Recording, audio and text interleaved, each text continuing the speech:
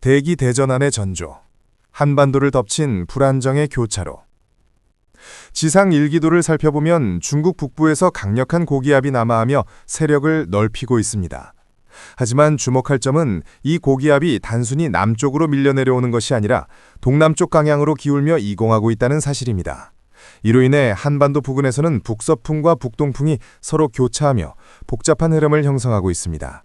지금 당장은 매서운 한파로 직결되지 않더라도 이러한 공기 흐름의 교란은 기단 자체를 변질시키고 변동성을 키우는 중요한 신호라 할 수 있습니다.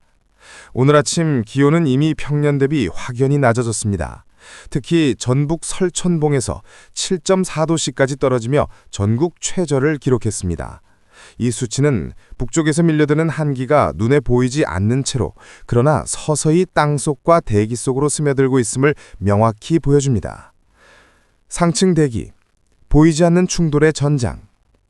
상층의 흐름을 들여다보면 상황은 더욱 복잡합니다. 단순히 차가운 공기만 내려오는 것이 아니라 냉기와 난기가 정면으로 맞붙는 격렬한 대치가 벌어지고 있습니다. 5,500m 상공 500헥토파스컬에서 분석된 온도 분토를 보면 수도권 상공은 영하 7도씨, 함경남 상공은 영하 11도씨까지 떨어져 있습니다. 상층에서 이처럼 극단적인 온도 전선이 충돌할 때 지상에서는 예측하기 어려운 국지성 폭우, 돌풍, 기압 급변이 발생할 수 있습니다. 더구나 오키나와 부근에서 뻗어나온 아열대 고기압의 가장자리가 수도권 상공까지 걸쳐 있습니다. 이 고기압은 상층에서 구름 발달을 억제하며 하층 대기를 눌러주고 있지만 그 결과 큰 비는 오지 않지만 답답하고 불안정한 공기라는 이중적 현상이 지속되고 있습니다. 위성 영상으로 본 지역별 특징. 중부지방, 검게 나타난 건조지대가 점차 확산되며 맑음과 흐름이 반복, 그러나 하층의 불안정성이 언제든 폭발할 수 있음. 남부지방, 산발적인 고온의 유입으로 흐림 구간 확대, 일시적인 비구름 발달 가능성 내포. 여기에 더해 태풍의 흔적 또한 완전히 사라지지 않았습니다. 제18호 태풍 라가사, 열대조합부로 소멸했으나 잔여에너지가 곳곳에서 대류 활동을 자극하며 보이지 않는 그림자로 남아있음. 제19호 태풍 너구리, 중심 순환은 유지하나 구름 발달이 정체 상태. 그러나 해수 온도와 대기 조건에 따라 재발달 가능성을 여전히 배제할 수 없음. 슈퍼태풍 라가사의 짧고도 치명적 일생.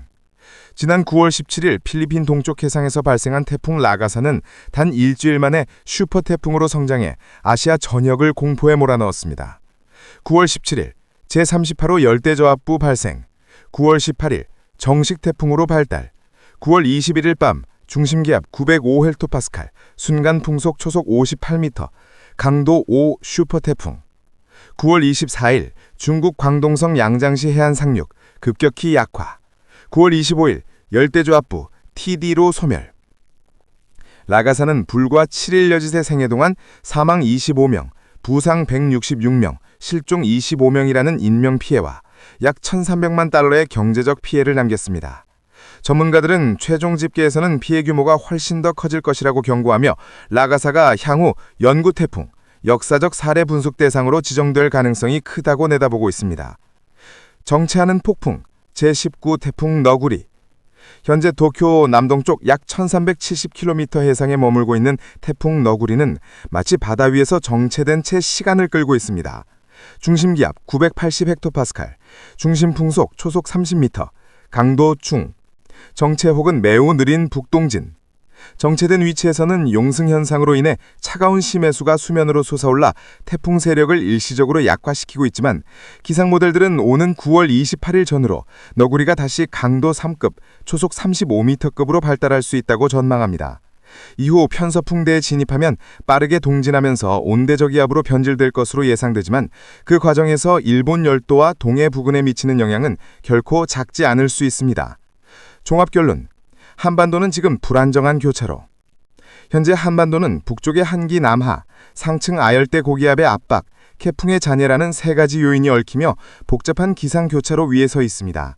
당장은 대규모 한파나 집중호우가 발생하지 않더라도 잠재된 에너지가 언제든 폭발적으로 분출할 수 있는 상태입니다.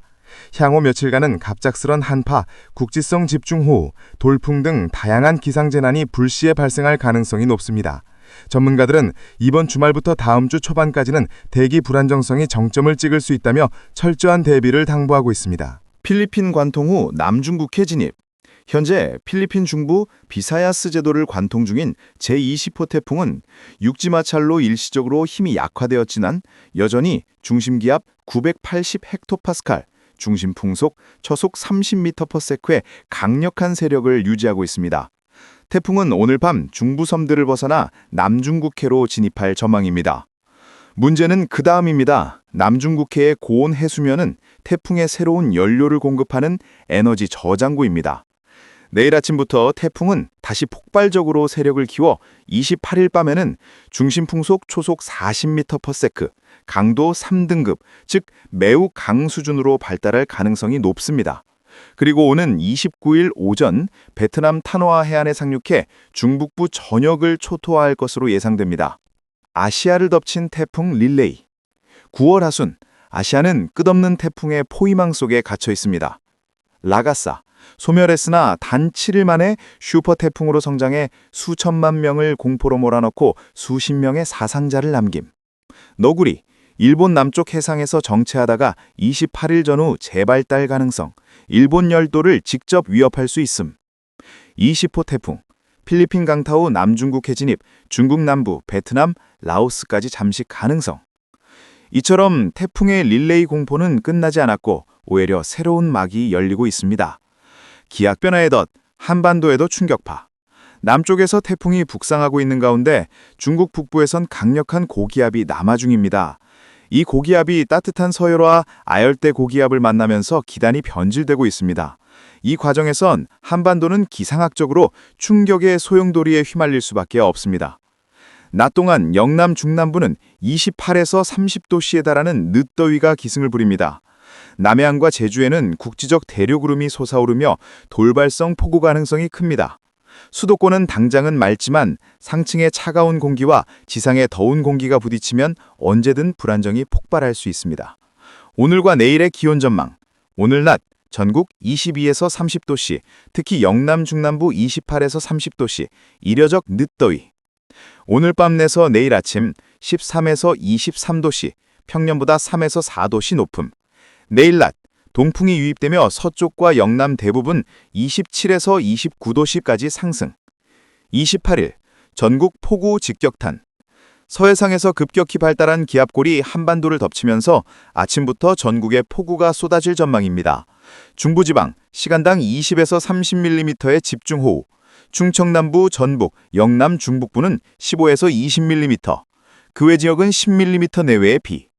대부분 저녁 6시 전후에 비가 그치지만 짧고 굵은 폭우로 인한 침수산사태 위험 큼. 29일 한반도부 불안하다. 태풍이 베트남을 강타한 직후 한반도 역시 그 간접 영향에서 벗어나지 못합니다. 수도권까지 아열대 길이와 한기가 정면 충돌하면서 국시성 돌풍과 폭우가 발생할 수 있습니다. 기상학자들은 29일은 단순한 태풍의 뒷그림자가 아니라 한반도가 직접 기압 변화에 충격을 맞는 날이라고 경고합니다. 폭풍의 계절, 하늘의 전태처. 상층에는 아열대 제트기류가 강하게 뻗어 있으며 그 경로를 따라 차가운 북쪽 공기와 뜨거운 남쪽 공기가 충돌하고 있습니다. 이 충돌 지점에선 강력한 연직 시어가 발생해 상승 기류를 폭발적으로 강화시키고 있습니다. 그 결과 하늘은 초고층 구름벽으로 뒤덮이며 마치 태양조차 삼켜지는 듯한 장면이 연출될 수 있습니다. 9월 말 달력은 가을이라 말하지만 실제로는 폭풍의 계절이 본격적으로 시작된 것입니다. 정리하면 20호 태풍은 베트남을 직접 강타하겠지만 한반도 역시 결코 안전지대가 아닙니다. 태풍의 여파와 기압의 덫이만 물리며 가을 하늘은 언제든지 격변의 전장이 될 수 있습니다. 9월 30일 운명의 날. 대기의 압력솥이 열린다. 낮 동안은 기압능의 영향 아래 한반도 전역이 먹구름으로 가득 찬 음울한 하늘에 덮입니다. 겉으로 보기엔 단순히 흐린 날씨일 뿐이지만 실제로는 대기가 숨을 고르며 거대한 격변을 준비하는 순간입니다.